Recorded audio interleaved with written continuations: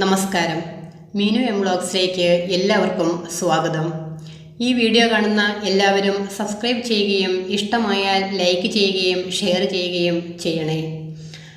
2022 August 28 ഞായറാഴ്ചയാണ് മഹാത്മാ അയ്യങ്കാളി ജയന്തി. കേരളത്തിൽ നിലനിന്നിരുന്ന അസമത്വങ്ങൾക്കും അനാചാരങ്ങൾക്കും എതിരെ പോരാടിയ കേരള നവോത്ഥാന നായകരിൽ പ്രമുഖനാണ് മഹാത്മാ അയ്യങ്കാളി. പുലയ സമുദായാംഗമായിരുന്ന അദ്ദേഹം സംഘാടനവും ശക്തിപ്രകടനവും വഴി സഞ്ചാര സ്വാതന്ത്ര്യം അനുവദിച്ച് ശ്രദ്ധേയനായി. 1863 ഓഗസ്റ്റ് 28 തിരുവനന്തപുരം ജില്ലയിലെ വെങ്ങാനൂരിൽ പെരുങ്കാറ്റുവിളയിലെ പ്ലാവത്തറ തറവാട്ടിൽ അയ്യൻ്റെയും മാലയുടെയും മകനായി മഹാത്മാ അയ്യങ്കാളി ജനിച്ചു. കല്ലായ ദൈവത്തിന് കാണിക്ക വെക്കാതെ ആ പണം കൊണ്ട് നിന്റെ കുഞ്ഞിന് ആഹാരം വാങ്ങിക്കൊടുക്കുക എന്നുദ്ഘോഷിച്ച അദ്ദേഹത്തെ അധസ്ഥിതരുടെ രാജാവെന്നായിരുന്നു വിശേഷിപ്പിച്ചിരുന്നത്. കേരളത്തിൽ ഒരു കാലത്ത് പുലയ പറയ സമൂഹത്തെ മനുഷ്യരായി പോലും പരിഗണിച്ചിരുന്നില്ല. സമൂഹത്തിൽ നിന്നും എല്ലാ തരത്തിലും ബഹിഷ്കൃതരായിരുന്നു ഈ സമൂഹം. കൃഷി ചെയ്യാൻ ജന്മിമാർക്ക് വേണ്ട ഒരു ഉപകരണം മാത്രമായാണ് അതുവരെ പുലയ പറയ സമുദായത്തെ കണ്ടിരുന്നത്. അയിത്താചാരം മൂലം റോഡിലൂടെ നടക്കാനും വസ്ത്രം ധരിക്കാനും വിദ്യ നേടുന്നതിനും ഇവർക്ക് അവകാശമുണ്ടായിരുന്നില്ല. 1907 സാധുജന പരിപാലന യോഗം രൂപീകരിച്ചതോടെ ഹരിജനങ്ങളുടെ അനിഷേധ്യ നേതാവായി അയ്യങ്കാളി തീർന്നു. 1938 സാധുജന പരിപാലന യോഗം പുലയ മഹാസഭ എന്നാക്കി പേരുമാറ്റി. ഇതിൻ്റെ കീഴിൽ വ്യത്യസ്തരായ അധസ്ഥിത വിഭാഗങ്ങളെ ഒന്നിപ്പിക്കാൻ അയ്യങ്കാളിക്ക് സാധിച്ചു. 1905 അദ്ദേഹം ദളിതർക്കായി ഒരു കുടിപ്പള്ളിക്കൂടം സ്ഥാപിച്ചു. 1914 ആ സ്കൂൾ വെങ്ങാനൂർ പുതുവൽ വിളാകം എന്ന പേരിൽ 1ഉം 2ഉം ക്ലാസുകളോടെ സർക്കാർ സ്കൂളായി ഉത്തരവിറങ്ങി. എല്ലാ സർക്കാർ സ്കൂളുകളിലും ദളിതർക്ക് പ്രവേശനം നൽകണമെന്ന് അയ്യങ്കാളി വാദിച്ചു.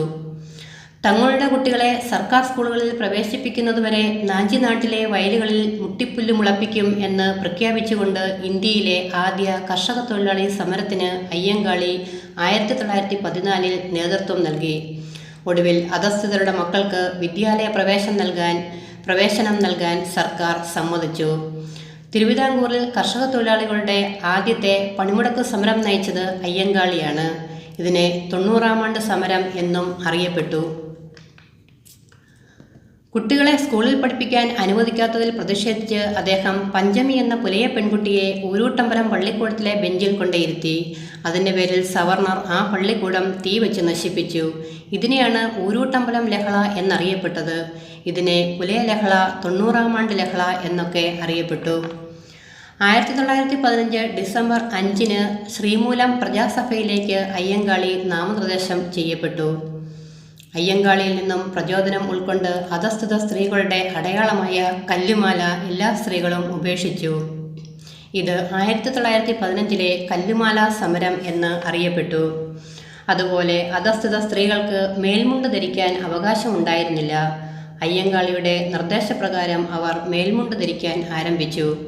ഇതിൻ്റെ പേരിൽ പല സ്ഥലത്തും ലഹളകൾ പൊട്ടിപ്പുറപ്പെട്ടു. അതിൽ ഏറ്റവും വലിയ ലഹള കൊല്ലം ജില്ലയിലെ പെരിനാടായിരുന്നു. ഇതിനെ 1915 പെരിനാട് ലഹള അല്ലെങ്കിൽ കല്ലുമാല സമരം എന്ന് അറിയപ്പെട്ടു. താഴ്ന്ന ജാതിയിൽപ്പെട്ടവർക്ക് വഴി നടക്കാൻ അനുവാദമുണ്ടായിരുന്നില്ല. അന്നൊക്കെ പ്രമാണിമാർ വിശേഷ വസ്ത്രങ്ങളണിഞ്ഞ് വില്ലുവണ്ടിയിലായിരുന്നു സഞ്ചാരം. അയ്യങ്കാളിയും അതുപോലെ വിശേഷ വസ്ത്രങ്ങളണിഞ്ഞ് വില്ലുവണ്ടിയിൽ വെങ്ങാനൂർ മുതൽ തിരുവനന്തപുരം വരെ യാത്ര ചെയ്തു. ഇത് കണ്ട് അദ്ദേഹത്തിൻ്റെ അനുയായികളും അനുഗമിച്ചു. ഇതിനെയാണ് 1893 വില്ലുവണ്ടി സമരം എന്ന് അറിയപ്പെട്ടത്. ക്ഷേത്രപ്രവേശന വിളംബരത്തെ തുടർന്ന് കേരളത്തിലെത്തിയ മഹാത്മാഗാന്ധി വെങ്ങാനൂരിലെത്തി അയ്യങ്കാളിയെ സന്ദർശിച്ചിരുന്നു. 1937 ജനുവരി 14 ഗാന്ധിജി വെങ്ങാനൂരിൽ നടത്തിയ പ്രസംഗത്തിൽ പുലയരുടെ രാജാവെന്നാണ് അയ്യങ്കാളിയെ വിശേഷിപ്പിച്ചത്. കേരള SC/ST വികസന കോർപ്പറേഷൻ സ്ഥിതി ചെയ്യുന്നത് തൃശ്ശൂർ ജില്ലയിലെ അയ്യങ്കാളി ഭവനിലാണ്. 1941 ജൂൺ 18-ാം തീയതി അദ്ദേഹം ചരമഗതി പ്രാപിച്ചു. അദ്ദേഹത്തിൻ്റെ ശവകുടീരം പാഞ്ചജന്യം അല്ലെങ്കിൽ ചിത്രകൂടം എന്നറിയപ്പെടുന്നു.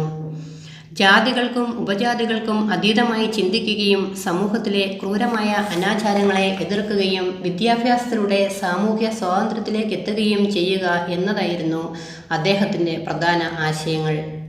1980 നവംബറിൽ ഇന്ദിരാഗാന്ധി കവടിയാറിൽ അദ്ദേഹത്തിൻ്റെ പ്രതിമ അനാച്ഛാദനം ചെയ്തു. ഇന്ത്യയുടെ മഹാനായ പുത്രൻ എന്നാണ് ഇന്ദിരാഗാന്ധി അയ്യങ്കാളിയെ വിശേഷിപ്പിച്ചത്. അദ്ദേഹത്തിൻ്റെ ജന്മസ്ഥലമായ വെങ്ങാനൂരിൽ സ്മാരകവും സ്കൂളും നിലവിലുണ്ട്. തപാൽ സ്റ്റാമ്പിൽ 2002 ഏപ്രിൽ 12 അദ്ദേഹം പ്രത്യക്ഷപ്പെട്ടു. തിരുവനന്തപുരത്തെ BJT അഥവാ Victoria jubilee town hall 2019 August 28 Ayyankali hall എന്നാക്കി പേരുമാറ്റി. അയ്യങ്കാളി ജയന്തി കേരളത്തിൽ പൊതു അവധി ദിനമായി ആചരിക്കുന്നു. ആധുനിക കേരളത്തിൻ്റെ ഏറ്റവും പ്രധാനപ്പെട്ട നേതാവ് എന്ന് ചരിത്രകാരൻ P. സുനിൽകുമാർ അയ്യങ്കാളിയെ വിശേഷിപ്പിച്ചത്.